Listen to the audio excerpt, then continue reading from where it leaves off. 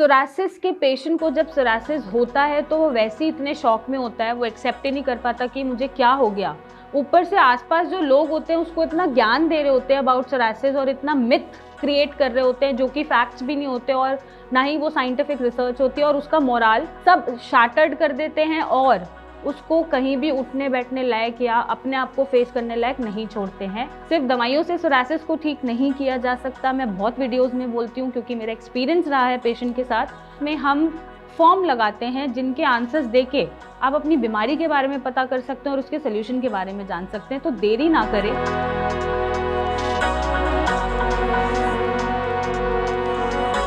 Psoriasis के patient को जब सोरासिस होता है तो वो वैसे ही इतने शॉक में होता है, वो एक्सेप्ट ही नहीं कर पाता कि मुझे क्या हो गया। ऊपर से आसपास जो लोग होते हैं उसको इतना ज्ञान दे रहे होते हैं अबाउट सोरासिस और इतना मिथ क्रिएट कर रहे होते हैं जो कि फैक्ट्स भी नहीं होते और ना ही वो साइंटिफिक रिसर्च होती है, और उसका मोरल सब शाटर्ड कर देते हैं और उसको कहीं भी उठने बैठने लायक या अपने आप को फेस करने लायक नहीं छोड़ते हैं। नमस्कार, मैं डॉक्टर मेघा चतुर्वेदी स्वागत करती हूँ आपका अपने चैनल पे। और आज हम सोरासिस से रिलेटेड जो मिथ्स क्रिएट करे जाते हैं, जो लोग अपना ज्ञान देते हैं या गलतफहमी आई वुड से मिथ्स या गलत कॉन्सेप्ट्स बना देते हैं, सोरासिस पेशेंट के दिमाग में घुसा देते हैं, जिससे वो कॉन्फिडेंस ऑब्वियसली लैक करते हैं, मोरल उनका टूट जाता है और वो खुद को भी शायद मिरर में देख नहीं पाते हैं।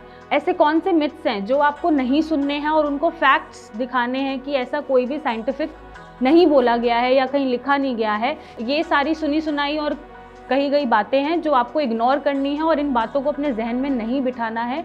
अपने कॉन्फिडेंस को वहीं रखना है, शाटर नहीं होने देना है और अपने आप को एक्सेप्ट करना है, फिर सोरासिस से लड़ना है। तो myth number one is it affect fertility. Means अगर आपको सोरासिस है तो आगे जाके हो सकता है आपके बच्चे पैदा ना हो या फिर आपको बच्चे पैदा करने में प्रॉब्लम आए, चाहे वो फीमेल हो चाहे वो मेल हो।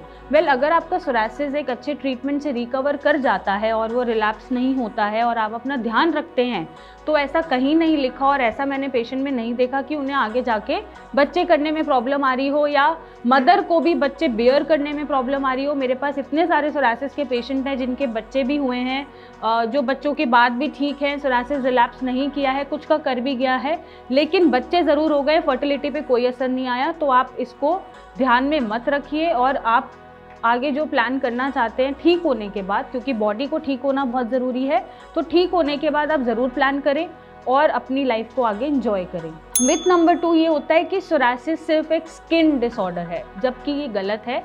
सोरासिस स्किन पे रिफ्लेक्ट होता है, लेकिन ये एक ऑटोइम्यून डिसऑर्डर है। जब अपनी इम्यूनिटी इतनी हाइपर एक्टिवली काम कर रही है, वो अपनी बॉडी की दुश्मन बन गई है, उसी के अगेंस्ट एंटीबॉडीज उसने बना दी है।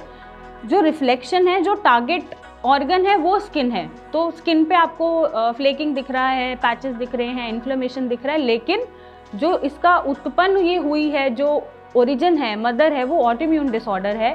तो स्किन पे इसका रिफ्लेक्शन होता है, ऑब्वियसली स्किन इफेक्टेड होती है, लेटर ऑन जॉइंट्स भी इफेक्ट हो जाते हैं, बट ये एक ऑटोइम्यून डिसऑर्डर है, ना कि सिर्फ एक स्किन डिसीज है जो आपको बाहर किसी इन्वायरमेंट में रह के या किसी इन्फेक्शन के चलते आपको किसी से हो गई है। मिथ नंबर 3 इज सोरासिस के पेशेंट के आसपास जो भी लोग होते हैं ना, उनको लगता है कि अगर हम इस पेशेंट के साथ सोएं, रहें, खाएं या टच करें, उनको भी सोरासिस हो जाएगा। आप इस धारणा पे मत रहिए। सोरासिस छूने से नहीं होता है। आप उन पेशेंट के साथ नॉर्मल बिहेव कर सकते हैं, करना भी चाहिए, ताकि उनको अपने आप को नॉर्मल फील करें, सोसाइटी से अलग फील ना करें और उनको कॉन्फिडेंस बूस्ट कराइए, क्योंकि आप उनके साथ रहेंगे, बैठेंगे या शेयर करेंगे चीज़ें तो सोरासिस नहीं होगा। अब आप मुझे ही देख लीजिए, मैं मोर देन 8 ईयर्स से सोरासिस के पेशेंट देख रही हूँ और मैं ना ही ग्लव्स पहनती हूँ, ना ही मैं अपने आप को कवर करती हूँ, मुझे अब तक सोरासिस नहीं हुआ। और इससे बड़ा कोई प्रमाण या एविडेंस हो नहीं सकता कि सोरासिस छूने से नहीं होता है। मिथ नंबर 4 इज सबसे बड़ा मिथ कि सोरासिस सिर्फ स्टीरॉइड से ही ट्रीट किया जा सकता है, जबकि स्टीरॉइड से सोरासिस को सिर्फ कंट्रोल किया जा सकता है। जैसे ही आप स्टीरॉइड छोड़ते हैं वैसे ही सोरासिस आपका बढ़ के आता है, ये आपने भी नोटिस किया होगा, पहले से ज़्यादा बढ़ जाता है। तो आप बेटर हैं कि सोरासिस को ऑल्टरनेट मेडिसिन से ट्रीट करें, ताकि आपके लिवर, किडनी, वाइटल ऑर्गन्स बचे रहें और दवाइयाँ छोड़ने के बाद ये उस इंटेंसिटी से वापस ना आए। मिथ नंबर 5 इज सोरासिस सिर्फ विंटर्स में होता है। ये मेरे पास पेशेंट आते हैं, आई अग्री कि पेशेंट बोलता है सोरासिस बढ़ गया मेरा सर्दियों में या मुझे विंटर में आता है, लेकिन मेरे पास ऐसे भी पेशेंट की रेंज है जो सर्दियों में ठीक रहते हैं, उनको गर्मियों में आता है। तो it's a change of weather, चाहे वो गर्मी आ रही है चाहे वो सर्दी आ रही है, आपकी बॉडी में जैसे जैसे बदलाव होता है या दिखता है वो रिफ्लेक्ट करता है। और ज़रूरी नहीं है सिर्फ सर्दियों में बढ़े, वो गर्मियों में भी बढ़ जाता है, किसी का बरसातों में बढ़ जाता है। तो ये वेरी करता है इंडिविजुअल टू इंडिविजुअल कि आपका सोरासिस कब बढ़ रहा है। Myth number 6 is avoid sunlight in psoriasis. Well, कुछ पेशेंट होते हैं जिनको सनलाइट में जाने से इरिटेशन, बर्निंग, इचिंग बढ़ जाती है, लेकिन कुछ पेशेंट का धूप में बैठ के या सनलाइट एक्सपोजर मिलने से सोरासिस जो है वो कंट्रोल होना शुरू हो जाता है। तो आपको ये डिसाइड करना पड़ेगा कि वेदर सनलाइट आपको सूट कर रही है या नहीं कर रही है, आपके लिए सूटेबल है या नहीं। और अगर आप सनलाइट लेना भी चाहते हैं तो अर्ली मॉर्निंग आप कोशिश करें कि आप सनलाइट में बैठें और उसको लें। 8 बजे के बाद जो धूप होती है वो सिर्फ इरिटेशन के लिए होती है, तो अर्ली मॉर्निंग सनलाइट आप जितना एक्सपोजर ले सकते हैं आप लें। पहले ये चेक करें कि आपको ये सूट कर भी रही है या नहीं। And myth number 7 is patient को लगता है कि उसके पैचेस हैं, सोरासिस है, तो वो एक्सरसाइज या वर्कआउट नहीं कर सकते। वेल, अगर आपके पैचेस बहुत सीवियर स्टेज पे नहीं है, उनका इन्फ्लेमेशन कम है, रेडनेस कम है, तो आप ज़रूर एक्सरसाइज करिए। आई डोंट माइंड, मैं तो बोलती हूँ पेशेंट को कि आप मेडिटेट करिए या वॉक करिए। तो एक्सरसाइज के भी बहुत सारे फॉर्म्स होते हैं, वर्कआउट के बहुत सारे फॉर्म्स आते हैं। सिर्फ ज़रूरी नहीं आपको बहुत ज़्यादा वेट लिफ्टिंग करनी है या बहुत ज़्यादा हैवी एक्सरसाइजेस करनी है। आप फ्लोर पे स्ट्रेचिंग कर सकते हैं, या तो आप मेडिटेशन कर सकते हैं, वॉक कर सकते हैं। तो इस फॉर्म में भी आप ये चीज़ें ऐड ऑन कर सकते हैं अगर आपको सोरासिस है तो। मिथ नंबर 8 इज एक ये भी धारणा होती है कि सोरासिस एक ओल्ड एज में जाके होता है, हम तो यंग है, हमें क्या होगा अभी, बट नहीं, सोरासिस आपको कभी भी हो सकता है। मेरे पास जो पेशेंट की रेंज है वो 2 साल से शुरू हो रही है और वो 70-80 साल तक की है। तो सोरासिस कभी भी हो जाता है, डिपेंड करता है कि उसको ट्रिगर कब मिल रहा है। और कुछ लोग होता है कि लाइक पैदा होने के कुछ महीने बाद ही उनको सोरासिस दिख गया, तब से वो पीड़ित होते हैं 30 साल 40 साल। तो इससे एज का कोई मैटर नहीं है, कोई लेना देना नहीं है, जेंडर का कोई लेना देना नहीं है, फीमेल मेल किसी को भी हो जाता है, बच्चों में हो जाता है, किसी भी एज पे हो जाता है। तो ये कॉन्सेप्ट आप दिमाग से निकाल दीजिए। Myth number 9 is psoriasis curable disease नहीं है। मेरे पास भी जो पेशेंट आते हैं वो यही बोलते हैं कि ठीक तो नहीं हो सकता मैम, सब यही बोलते हैं, इसकी कोई दवाई नहीं है, आप मैनेज करो। तो इसका ये आंसर मैं देना चाहूँगी कि बुखार भी जब ठीक होता है तो वो भी वापस आ जाता है, आपका वजन भी बढ़ता है, आपने कम करा, आप कुछ भी खाएंगे, एक्सरसाइज नहीं करेंगे, वो फिर से बढ़ जाएगा।